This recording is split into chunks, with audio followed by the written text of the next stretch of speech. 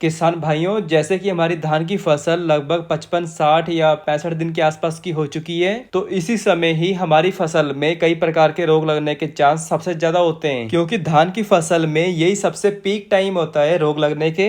जैसे कि अगर हमारे खेत में कोई भी बीमारी नहीं है, तो हो सकता है कि बगल वाले खेत में बीमारी हो तो हवा या पानी से हमारे खेत में ट्रांसफर हो जाए, या फिर कई जगहों पर बहुत अधिक खाद या यूरिया या हमेशा पानी खड़ा रहता हो, तो वहां पर हमने कई बार देखा होगा कि खेत में पानी की सतह के ऊपर धान के कल्लों की बाहरी पत्तियां ऊपर से सिकुड़ी हुई या सूखी हुई दिखाई देती हैं। तो यही एक शीत ब्लाइट रोग की पहचान है। जैसे कि धान की फसल के कल्लों के किनारे जो पत्ते लिपटे हुए होते हैं, तो उन लिपटे हुए पत्तों में भी गोल गोल आंख के आकार के जामुनी या भूरे रंग के धब्बे बने हुए दिखाई देते हैं। जैसे कि आप इस फोटो में देख सकते हो कि इस तरह से ये भूरे रंग के धब्बे दिखाई देते हैं, और कुछ दिनों बाद ही ये धब्बे आपस में मिलकर पूरी पत्ती ही सुखा देते हैं। और धीरे धीरे जो अंदर वाली पत्तियां होती हैं, तो उनमें भी ये लक्षण दिखाई देना शुरू हो जाते हैं। मतलब अंदर तने वाली पत्तियों में भी ये भूरे रंग के धब्बे दिखाई देने लगते हैं। मगर इस रोग के शुरुआती अवस्था में जो अंदर वाला कल्ला होता है, तो वह नहीं सूखता है, और बाद में ये धीरे धीरे धब्बे बड़े बनते जाते हैं, और अंदर वाला जो तना होता है वो भी सूखना शुरू हो जाता है। और अगर इस रोग का प्रकोप बहुत अधिक हो, तो जो बाली निकलती है, तो बालियों के दाने भी बदरंग हो जाते हैं, मतलब दाने खराब हो जाते हैं, और कई बालियों में दाने खाली भी रह जाते हैं। सो इसलिए शीत ब्लाइट रोग के शुरू में ही लक्षण दिखाई देने पर, और अगर हमने खेत में पानी भरा हो, तो पानी निकाल देना चाहिए, और नाइट्रोजन या यूरिया का प्रयोग बिल्कुल ही बंद कर देना चाहिए, क्योंकि पानी और नाइट्रोजन ये दोनों ही शीत ब्लाइट रोग को बहुत ही तेजी से बढ़ाते हैं। और इसलिए हम शुरू में ही कहते हैं कि नाइट्रोजन का प्रयोग एक लिमिट में ही करना चाहिए। और इसके अलावा धान की फसल में पोटाश का प्रयोग जरूर करना चाहिए, क्योंकि ये पौधों में न्यूट्रिएंट्स को ट्रांसपोर्ट करते रहता है, जिससे बीमारी कम लगती है। मतलब हमारा प्रैक्टिकल एक्सपीरियंस ये है कि प्रोपिकोनाजोल से ज्यादा अच्छा काम करता है पोटाश।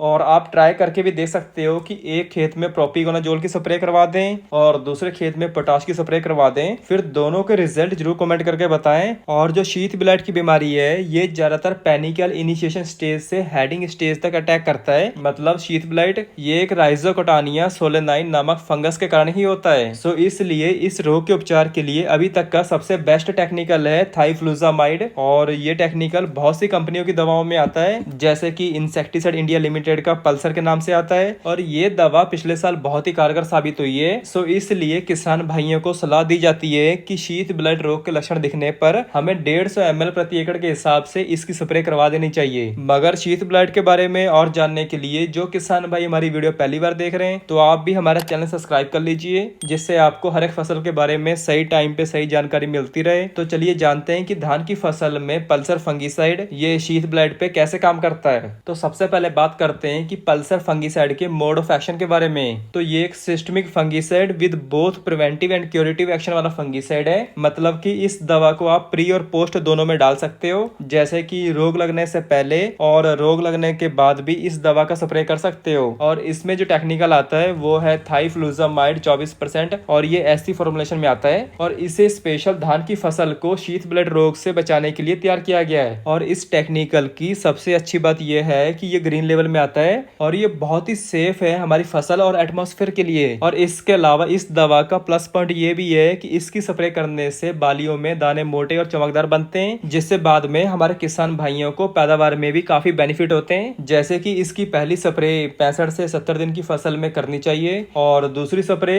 85 से 90 दिन की फसल में तब करनी चाहिए जब लगता है कि पहली स्प्रे करने के बाद भी शीत ब्लाइट की दिक्कत दिखाई दे रही है, तब दूसरी बार स्प्रे करना चाहिए। मगर एक बात का हमेशा ध्यान रखें कि धान की फसल में पॉलिनेशन स्टेज में कोई भी स्प्रे नहीं करनी चाहिए, क्योंकि पॉलिनेशन स्टेज पे पॉलन को ट्रांसफर किया जाता है स्टिग्मा में, और बाद में ये दाने बनते हैं। सो इसलिए कभी भी पॉलिनेशन स्टेज पे स्प्रे नहीं करनी चाहिए, जिससे पर परागण डिस्टर्ब हो जाते हैं, और फिर किसान भाइयों की इल्ड में कमी देखी जाती है। मतलब सिंपल ऐसे समझें कि धान की फसल में बालियां निकलने से पहले या फिर बालियां निकलने के बाद ही स्प्रे करनी चाहिए। और इसलिए धान की फसल में इस पल्सर फंगिसाइड का प्री और पोस्ट दोनों में स्प्रे कर सकते हैं, मगर हमारे हिसाब से प्री में ही ज्यादा बढ़िया रिजल्ट देखने को मिलता है, मतलब रोग लगने से पहले। क्योंकि अगर पिछले साल जिन खेतों में ये रोग बहुत अधिक मात्रा में आया था, तो उन खेतों में प्रिवेंटिव में ही इस दवा का स्प्रे करवा देना चाहिए। मतलब कहीं ना कहीं ये बीमारी के इस बार भी हमारे खेत में आने के चांस हैं। और स्प्रे करते समय एक बात का हमेशा ध्यान रखें कि जब भी केमिकल की स्प्रे करें, चाहे वो फंगिसाइड हो या इंसेक्टिसाइड, तो इनके साथ किसी भी अच्छी क्वालिटी का सिलिकॉन बेस्ड स्प्रेडर या स्टिकर, जिसका इसकी मात्रा 50 ml प्रति एकड़ के हिसाब से दवा में मिलाकर स्प्रे करने से आपको और भी अच्छे रिजल्ट देखने को मिलेंगे।